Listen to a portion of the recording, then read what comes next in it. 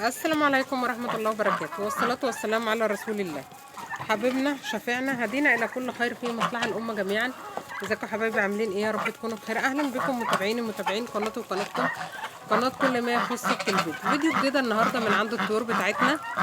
في الفيديو ده هنتكلم عن تربية البط. لو أول مرة تربي بط، في حاجات لازم تعمليها عشان المشروع يمشي معاكي كويس. طبعا تربية البط من المشروعات اللي كان كل الريف كان بيعملها، يعني اي بيت في الريف كان لازم بيربي البط، وخاصة البط البلدي. لكن في ظل بقى التقدم والحاجات دي بتاعت الناس، بدأت الناس تهمل تربية البط، الى ان الناس رجعت تاني لمشروع تربية البط. مشروع تربية البط لو انت هتربيه في الشتاء هيختلف عن لو ربطيه في الصيف.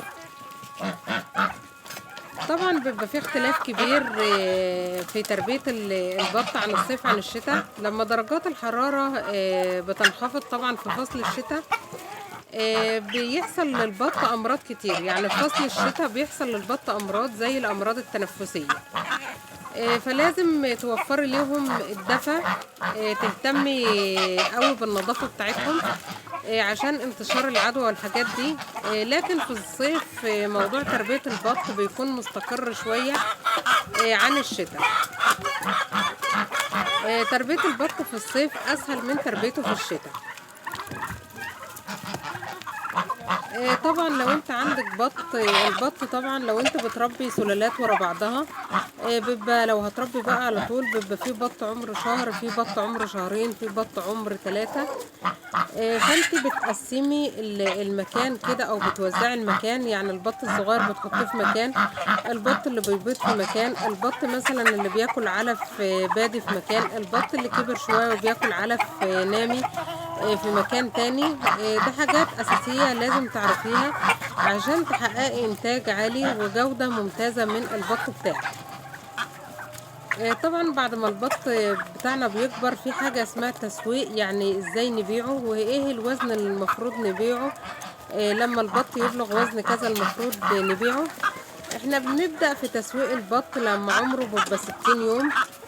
لو انت بتربي بط فرنساوي بيور، في المرحلة دي يعني لو ربطيه شهرين بس ممكن يوصل معاكي لوزن من 4 كيلو ل4.5. ده طبعا وزن مثالي مطلوب جدا في الأسواق.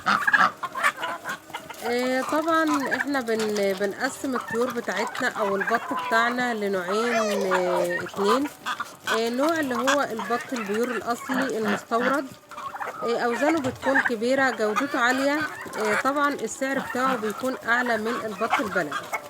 البط الكسر اللي هو بيكون ناتج من تزاوج البيور، طبعا بيكون وزنه أقل وسعره أقل، لكن البط ده بيكون مناسب جدا للاستهلاك المحلي. إلى حد ما الجودة بتاعته برضو بتكون مقبولة. في نصايح كده للي بيفكروا ان هم يعملوا المشروع ده. اول حاجة اما بتبدأي تربي البط بتاعك، حاولي تبدأي ببط البط الصغير يكون الكتاكيت بتاعته سليمة، تكون من مصادر موثوق منها. اول ما تشتري البط اتأكدي ان البط كده شكله منعش وجميل، مفيش عنده امراض، يعني بط خالي من الامراض.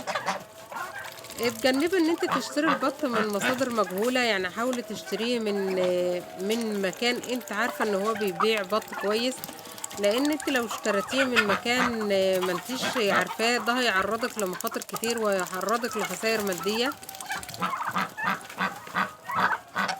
طبعا في ناس اللي هم عاملين مزارع بط، ده المزرعة دي بتوفر خدمة البيع المباشر للعملاء. فالمفروض انت لو هتشتري حاولي ان انت تجيب البط بتاعك من المزارع، الكتاكيت البط تكون من المزارع.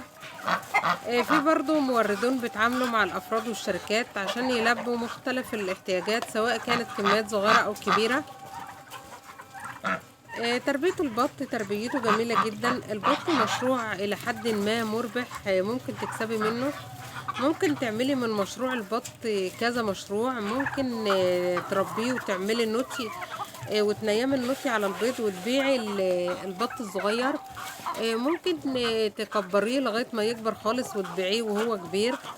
ممكن تبيعيه نص تربية. ففي مشاريع كتير جدا ممكن تعمليها من مشروع البط. البط بس هو الفترة الأولانية بتاعته، لو عدت الفترة الأولانية بتاعته بسلام، يعني الشهر الأولاني أو الشهر أو نص الشهر التاني، فمتأكدة إن البط هيبقى معاكي كويس. حبايبي، ده كان الفيديو بتاعي معاكم النهاردة، والسلام عليكم ورحمة الله وبركاته.